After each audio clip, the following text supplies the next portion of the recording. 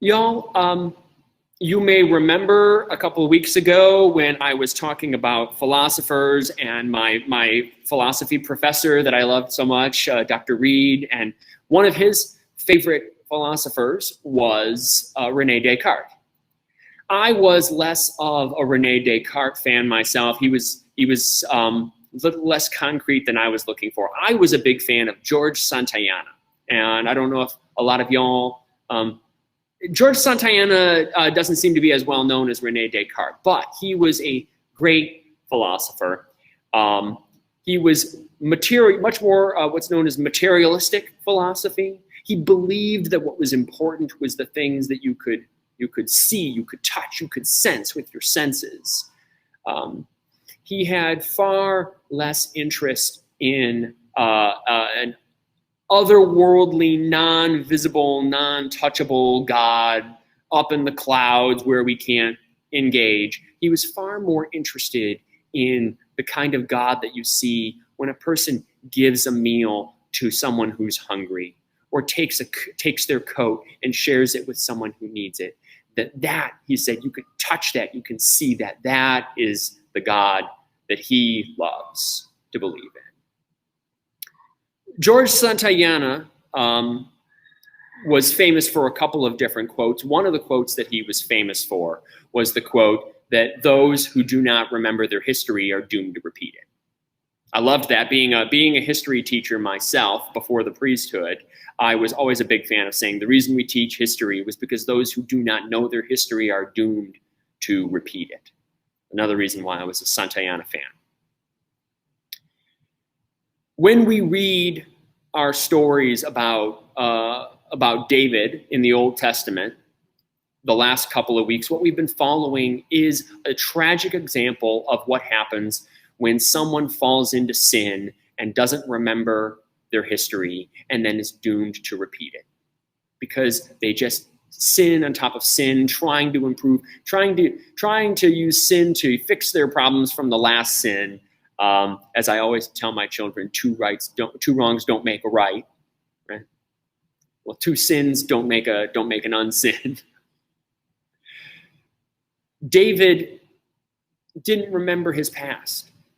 He didn't remember that God had made a promise to his people, going all the way back to Abraham, to say, I love you.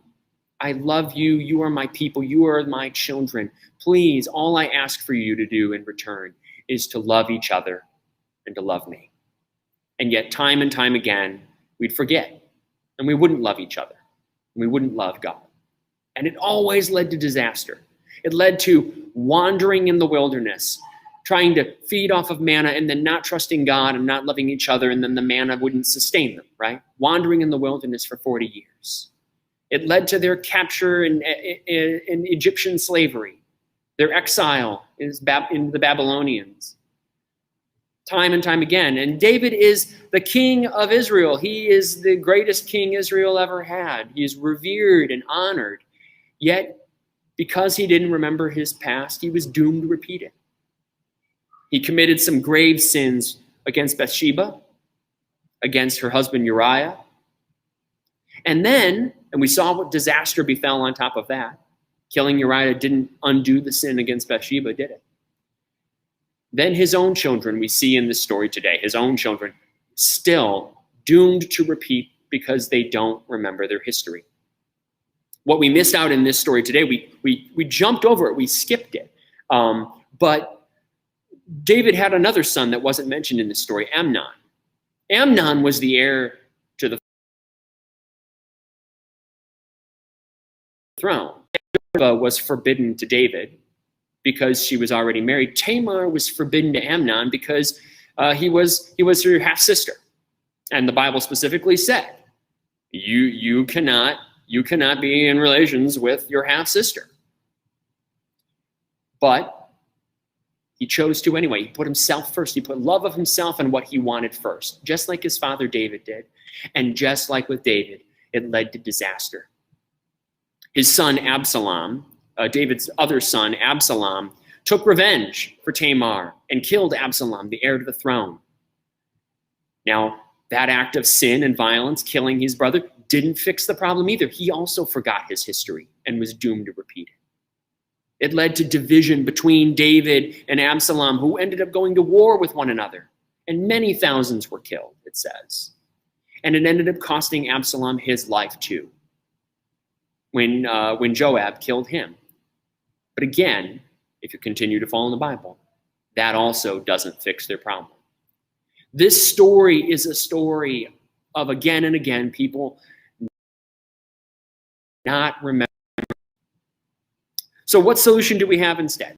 What should we do instead of being like the story we're seeing in the Old Testament? Well, we should turn to the letter from Paul to the Ephesians. And what Paul basically says in this letter that we just read, he's helping the young church in Ephesus, just like for the last couple of weeks, he's helping the young church in Ephesus learn how to be a church. What does it mean to be the people of God in this world?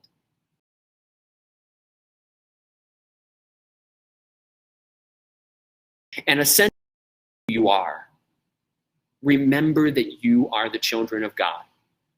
And as importantly as that, look around at the people around you. The frail, flawed human beings who will sometimes fall short, who will sometimes hurt you, and sometimes you'll hurt them. They're children of God too. If you remember your history, remember that Jesus died for you because you're that worthy of love, that Jesus himself would give up his life for you. If you remember your history, you won't be doomed to repeat the sins of the past. Jesus basically says in our reading today from the gospel, now this is right after the feeding of the 5,000.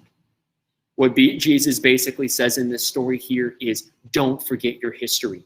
Don't forget that I am the bread of life. I did this miracle of the feeding of the 5,000 so that you would remember, so that you would not forget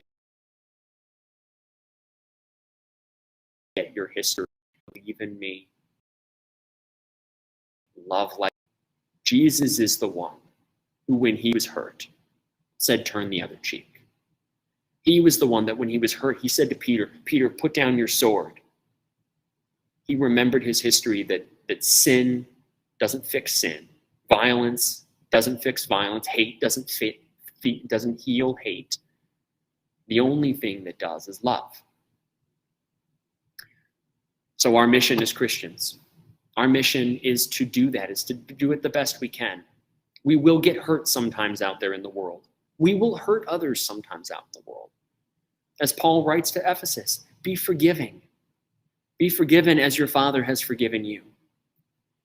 Our mission is to go out into a world that is sometimes broken, sometimes falls short, is sometimes sinful, and to continue to be an example of loving anyway. We say to our children all the time, 2 wrongs don't make a right, but at a deep level, we mean it. That's something we should all take to heart. 2 wrongs don't make a right. If we do that, then we'll be turning away from the example that we have seen in the story of David, and instead we'll be following the story we see in Paul's letter to Ephesus. We will be a people who remember our history and are therefore not doomed to repeat it. Thanks be to God.